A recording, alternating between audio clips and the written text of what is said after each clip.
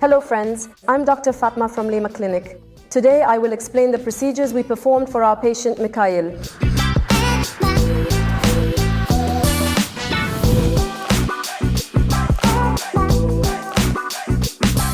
When Mikhail came to us, he had a serious bite problem.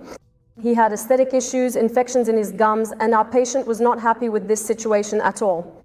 Since he had been living like this for years, he wanted to get rid of this smile. He wanted to have a beautiful, aesthetic smile and also correct his bite. When he came to us, we first performed a clinical examination and determined what needed to be done. Especially the crossbite on the left side was a major handicap for us. At the same time, the gum levels were very different. He also had a periodontal problem. There were also infections in the gums. First, we treated the gum infections. After that, we proceeded with gingivectomy and preparation procedures. Especially in the left area, the gum level was very low. It was even below the smile line. That's why there was also a slight case of what we call gum smile there. First, a gingivectomy was performed on the gums, as much as the bone allowed. After that, the preparation was carried out and a design was made. A try-in was done with the patient.